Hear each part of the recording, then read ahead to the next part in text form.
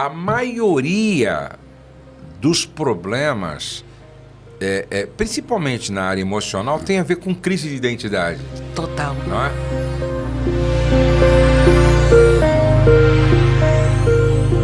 Tem uma pergunta aqui, a Débora está perguntando. Eu, desde a infância, sofri rejeição e muitas palavras lançadas sobre mim. E hoje estou passando uma luta na minha casa. Como agir e o que fazer? Ela sofreu uma rejeição na infância. Ouviu muitas palavras que foram lançadas, provavelmente de maldição. E hoje está passando por uma grande luta na sua casa. O que fazer? Eu sempre digo que esses hábitos de funcionamento na nossa infância, infelizmente, nos aproxima de algo familiar.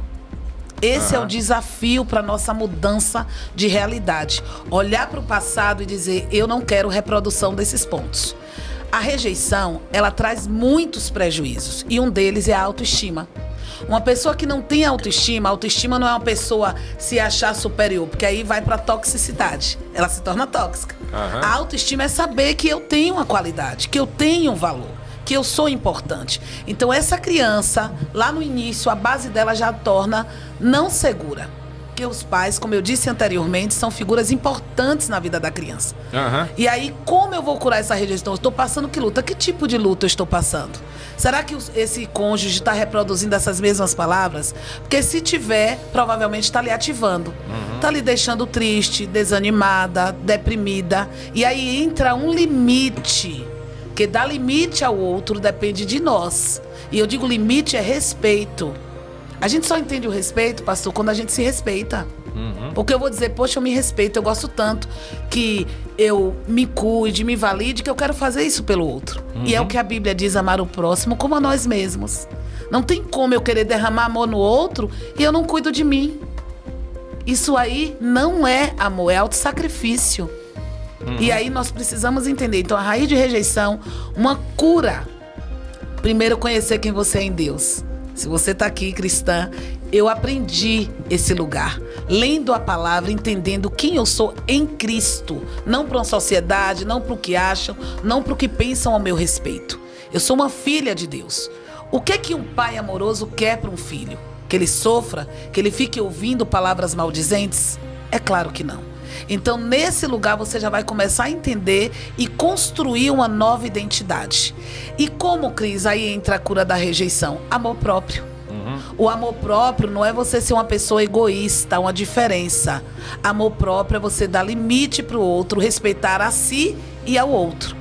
Então, essa condição de amor próprio, ela vai destruindo as raízes de uma criança que foi totalmente inferiorizada, que está ali sofrendo nesse ambiente de angústia. Ela vai agora trazer uma nova percepção sobre ela mesma. Faz esse movimento, começa a entender. E como o pastor disse, busque ajuda. Queira aprender mais sobre isso.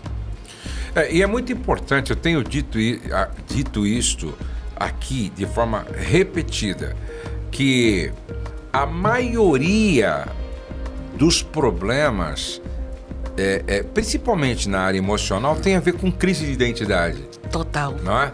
Por quê? Porque quando você sabe quem você é em Deus, o que você significa para Deus, a opinião dos outros é apenas uma opinião. Você vai ouvir até a opinião, porque senão você vai se tornar uma pessoa arrogante e aí a gente volta para pessoas tóxicas.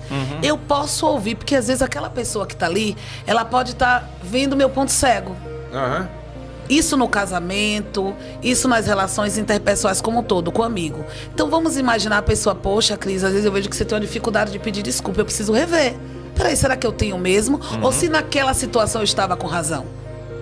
Porque às vezes não dá pra gente pedir desculpa por algo que a gente não fez. Sim, claro. Né? Então é incongruente. Então a proposta é justamente entender esse lugar. Com clareza, quem eu sou em Cristo. Eu digo que Jesus, eu estava lendo a palavra, tive uma live essa semana, e Jesus disse, eu sei de onde vim, para onde eu vou. Ainda que vocês não queiram dar testemunho de mim, eu darei. Eu disse, uau, eu quero essa identidade. Imagina, o Filho de Deus veio, ele foi arrogante? Não. Ele sabia a missão dele.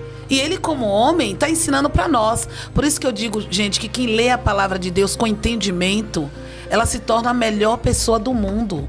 tanto com ela mesma quanto com outras pessoas.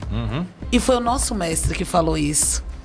E você tem que entender que tudo que você coloca depois do eu sou te define, né? Eu fico muito preocupado. Pô, eu sou um fracasso. Não. Não, eu sou um problema. Não. Eu sou burro. Não. Entendeu? Você não é o seu problema. Você não é o seu problema. Certo? Você não é a sua dificuldade. Isso aí é um aspecto apenas da sua vida. Você é semelhança, imagem e semelhança de Deus. Você é filha de Deus. Você é filho de Deus. Você foi feito para louvor e glória do nome do Senhor, entendeu?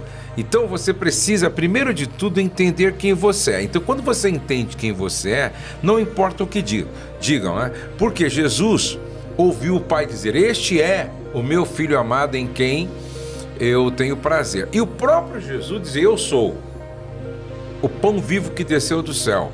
Eu sou o caminho, a verdade e a vida. Eu sou a luz do mundo. Era como Jesus se enxergava. Então, como é que você se enxerga?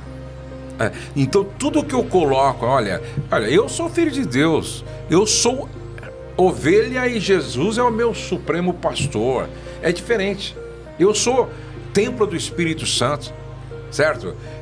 Então, quando você vive com esta consciência, o que as pessoas dizem, não importa o que eles dizem, se for positivo ou se for negativo. Por quê? Você não depende da opinião dos outros para afirmar a sua identidade, porque a sua identidade já está firmada em Deus. Deixa eu ler aqui só uma outra pergunta aqui, ó.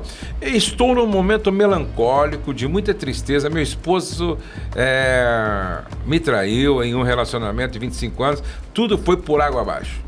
Gente, vamos pensar aqui. A gente está falando de emoções, e emoções não existem ruins e boas. Existem emoções agradáveis e desagradáveis. Vamos imaginar que a tristeza nesse lugar provavelmente é desagradável. O que é que acontece? Uma traição. A traição, ela é desafiadora. Por quê? Porque é o lugar do apego seguro que todo mamífero precisa para sobreviver. Todo. Até os animais. Então imagina, eu preciso do ambiente seguro. Esse ambiente seguro eu vou buscar no meu casamento. Aí a traição já traz o quê? Segurança ou insegurança? Foi ativação total. Essa pessoa se ativa, pastor, de tal modo que ela pode se entrar num quadro de depressão que precisa de ajuda. Essa pessoa pode ter, segundo a ciência, um TEPT, que é um transtorno de um estresse pós-traumático. Ativa memórias lá de trás, que talvez já estejam adormecidas, mas que no momento do adultério, porque era um ambiente que eu tô ali, eu seguro, ele me protege, ele cuida, é a minha segurança, ele tá cuidando de mim, agora eu não tenho mais isso. Então são muitos sintomas. Por isso que é o cuidado que a gente precisa ajudar essas pessoas quando vem num quadro de pós-adultério, para entender quais feridas estavam de trás e ajudar esse parceiro que quer restaurar para compreender e ser essa rede de apoio novamente. Porque quando a gente perde um apego seguro, a gente se desorganiza. Eu digo a gente, todos nós. Todos nós. Por isso que eu acredito, tá? Isso é minha opinião pessoal, que Jesus ficou inseguro. Quando ele falou: nenhum momento vocês puderam orar comigo. Naquele momento que ele sofre, que ele vai subindo ali, né, no Gólgota, chama os três. Eu acredito que ele estava em angústia, em ansiedade. Ele estava ali como homem também. Então ali imagina ele chamar: Eloi, Eloi, lama sabachthani. Meu Deus, o Senhor me desamparou. Jesus não estava seguro. E segundo, né, os teólogos, que não é a minha área, ele estava ali diante de todos os pecados nossos na sua vida, e ele perde, ele se afasta do Pai. O apego seguro de Jesus não está mais. E Jesus sente essas angústias. Então nós humanos, nós precisamos entender isso. Então se você está passando aí, eu estou com a dor, deprimida, precisa buscar ajuda, porque o caso já aconteceu. O SOS, nós trabalhamos com essas propostas de restauração, porque trabalhando com autoconsciência, e eu digo que não é com culpa, é autorresponsabilidade. Porque às vezes o outro precisa, porque isso é uma estratégia, tá? Pessoa tóxica são pessoas que traição. Mas essa estratégia a pessoa aprendeu a fazer. Muitas vezes para esconder alguma ferida lá atrás. Que ferida é essa? Será que eu estava me sentindo sozinho? Não que justifique, gente. Mas tem uma necessidade que com certeza essa pessoa foi buscar. E aí, ela foi traída e por isso está muito melancólica e triste. E ela coloca uma coisa aqui, ó. Tudo foi por água abaixo. A gente tem que tomar muito cuidado. Eu respeito a sua dor, eu respeito as feridas provocadas pelo adultério. Mas outro dia eu estava conversando com uma senhora, inclusive lá no SOS, e o marido dela estava na minha frente. E ela disse: então, pastor, ele me traiu. Então a minha vida acabou. Aí eu falei: como sua vida acabou? Daí eu fiz uma pergunta para ela: Jesus é a sua vida? Uau. Falei: a sua vida é o seu marido ou Jesus? É Deus ou é Jesus? Aí ela falou: agora você me pegou. Falei: então, o grande problema é o seguinte: o seu marido, ele errou. Mas ele não pode ser a sua razão de viver. Perfeito, perfeito. Porque a minha razão de viver primeiro é Deus. Entendeu? Então, se tudo der errado na minha vida, quem eu não tenho que perder? Eu não posso perder Deus. Jó perdeu tudo, mas não perdeu Deus. Uau, muito importante. Porque a esposa disse: olha, amaldiçoa o teu Deus. Peraí, como amaldiçoa o seu Deus? Se é dele que eu dependo e sobrou ele na minha vida, certo? E ele é a razão do meu viver. É ele que eu não posso perder. O resto, beleza, perdi, foi, já era. Conquistamos novamente, Agora, por isso que eu falo, você pode até perder a bênção, que você não pode perder o abençoador.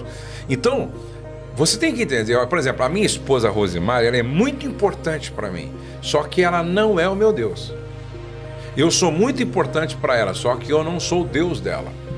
Então, se acontecer qualquer coisa, seja um acidente, seja uma morte, eu vou continuar vivendo se eu ficar vivo e ela vai continuar vivendo se ela ficar viva, entendeu? E nesse caso aqui aconteceu uma fatalidade de uma infidelidade.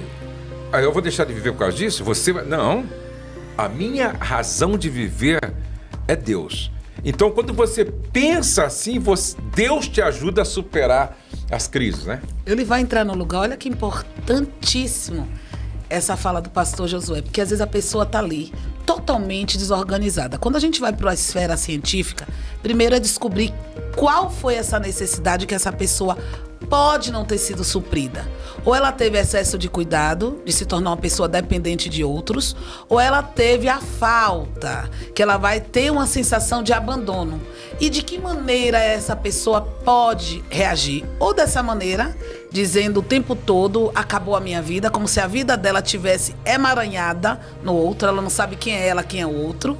E isso não é saudável, ainda que seja no casamento, não é, tá? Essa pessoa pode evitar relacionamentos, porque ela pode generalizar: ninguém mais vai me fazer bem, eu não presto, minha vida foi destruída mesmo. Ou essa pessoa pode viver em relações abusivas.